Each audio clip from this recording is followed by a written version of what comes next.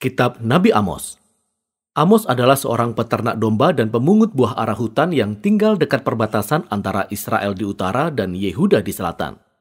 Nah, Israel di utara telah merebut kemerdekaannya sekitar 150 tahun sebelumnya.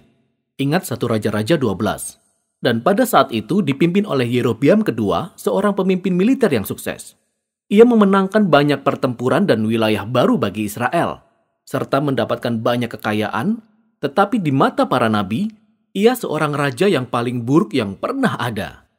Kekayaannya membuat dia menjadi masa bodoh, dan ia membiarkan penyembahan berhala kepada dewa-dewa Kanaan, yang kemudian menyebabkan ketidakadilan dan orang-orang miskin diabaikan. Dan ini terus berlangsung sampai Amos tidak tahan lagi. Ia merasa Allah memanggil dia untuk pergi ke utara, ke Betel, sebuah kota penting yang memiliki kuil yang besar. Dan ia mulai memberitakan firman Allah kepada orang-orang.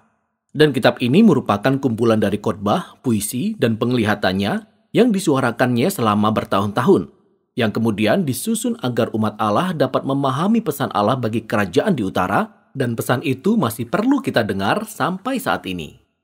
Kitab ini memiliki susunan yang cukup jelas. Pasal 1 dan 2 berisi serangkaian pesan untuk bangsa-bangsa termasuk bangsa Israel. Kemudian pasal 3-6 berisi kumpulan puisi yang mengungkapkan pesan Amos kepada orang-orang Israel dan para pemimpinnya. Pasal 7-9 berisi serangkaian penglihatan yang dialami Amos yang menggambarkan hukuman Allah yang akan datang atas bangsa Israel. Mari kita pelajari lebih dalam. Kitab ini diawali dengan serangkaian puisi pendek yang menuduh semua bangsa-bangsa di sekitar Israel melakukan kekerasan dan ketidakadilan. Ini agak aneh. Karena kalimat pembuka kitab ini menuliskan bahwa Amos akan menentang Israel. Namun, perhatikan apa yang terjadi. Selagi Amos menyebutkan nama-nama semua bangsa di sekitar Israel ini, kita dapat melihat ia seperti sedang membuat lingkaran di atas peta, dan Israel berada tepat di tengah seperti sebuah sasaran di titik bidik. Dan kepada Israel, Amos melontarkan tuduhan dalam bentuk puisi yang 3 kali lebih panjang dan lebih keras daripada puisi lainnya. Ia menuduh orang-orang kaya di Israel mengabaikan orang-orang miskin dan membiarkan banyak ketidakadilan di negeri mereka, khususnya dengan membiarkan orang-orang miskin dijual sebagai budak karena hutang dan kemudian mengabaikan hak-hak hukum mereka. Dan Amos bertanya, inikah keluarga yang pernah diperlakukan dengan tidak adil dan diperbudak di Mesir? Keluarga yang telah diselamatkan oleh Allah dari penindasan dan perbudakan? Ini semua harus diakhiri, kata Amos. Allah sudah tidak tahan lagi denganmu. Jadi pembukaan di bagian berikutnya menjelaskan mengapa. Allah berfirman, banyak keluarga di atas bumi, tetapi hanya kamu Israel, keluarga yang telah kupilih. Ini merupakan kiasan dari Kejadian 12, di mana Allah memanggil keluarga Abraham untuk menjadi berkat Allah bagi segala bangsa. Kemudian Allah berkata, sebab itu aku akan menghukum kamu karena segala kesalahanmu. Israel memiliki panggilan besar yang disertai dengan tanggung jawab yang besar. Sehingga dosa dan pemberontakan mereka membawa dampak yang besar.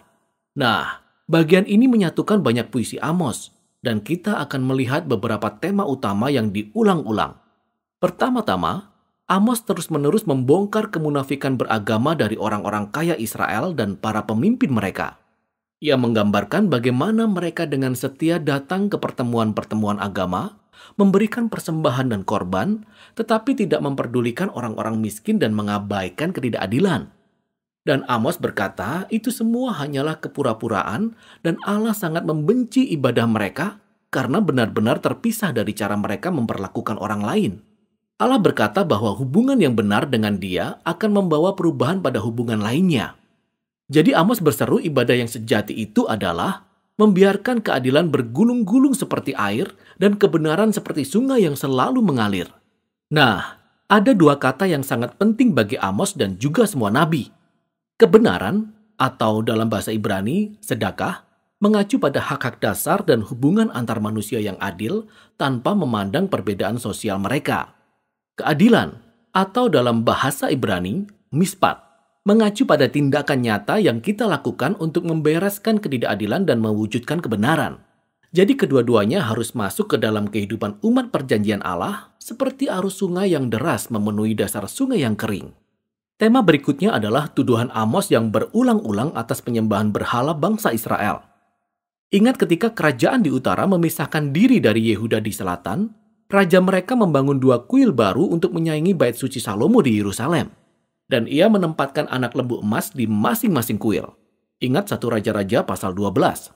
Sejak saat itu bangsa Israel mengumpulkan lebih banyak berhala. Mereka menyembah dewa seks, dewa cuaca, dan dewa perang. Dan dalam pandangan Amos, penyembahan terhadap dewa-dewa ini selalu berakibat kepada ketidakadilan. Karena dewa-dewa ini tidak menuntut taraf keadilan dan kebenaran yang sama seperti Allah Israel. Apalagi dewa-dewa ini sendiri tidak bermoral. Namun tidak demikian dengan Allah Israel. Ia berbeda. Allah dapat berkata, "Carilah aku maka kamu akan hidup."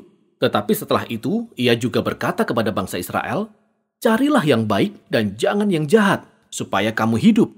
Jadi ibadah yang sejati kepada Sang Pencipta, Allah Israel, itu sama dengan melakukan kebaikan dengan kemurahan hati dan keadilan.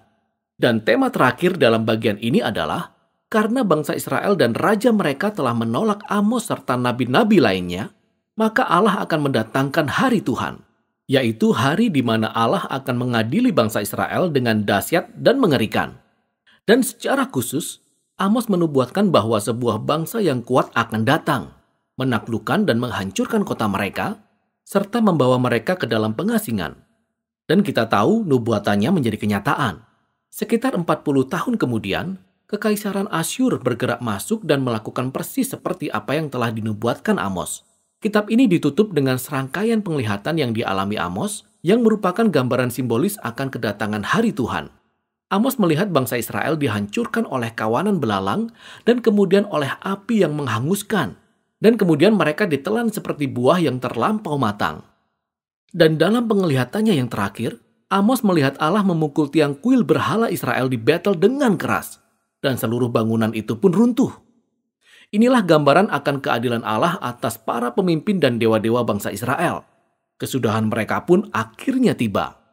Namun tiba-tiba di paragraf terakhir, kita melihat secercah harapan. Paragraf tersebut menggambarkan bangsa Israel sebagai bangunan yang sudah hancur, tetapi Allah berkata bahwa dari reruntuhan ini, suatu hari ia akan mendirikan kembali pondok Daud. Dengan kata lain, Allah akan mengutus Raja Mesias di masa depan dari garis keturunan Daud, dan ia akan membangun kembali keluarga umat Allah, yang ternyata juga termasuk orang-orang dari segala bangsa. Semua kehancuran yang disebabkan oleh dosa bangsa Israel dan penghakiman Allah akan dipulihkan pada hari itu. Nah, paragraf terakhir ini sangatlah penting, karena menjadi satu-satunya pengharapan di balik penghakiman, dan juga membantu kita memahami bagaimana kitab ini menelusuri hubungan antara keadilan Allah dan belas kasihannya.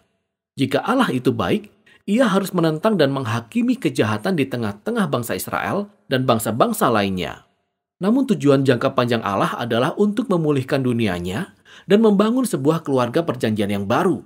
Dan melalui perkataan Amos, sampai hari ini kita masih mendengar seruannya untuk belajar dari kemunafikan dan bencana yang dialami bangsa Israel. Dan juga untuk melakukan penyembahan yang benar kepada Allah, yang akan selalu mendatangkan keadilan dan kebenaran, serta kasih kepada sesama kita. Dan inilah inti dari kitab Amos.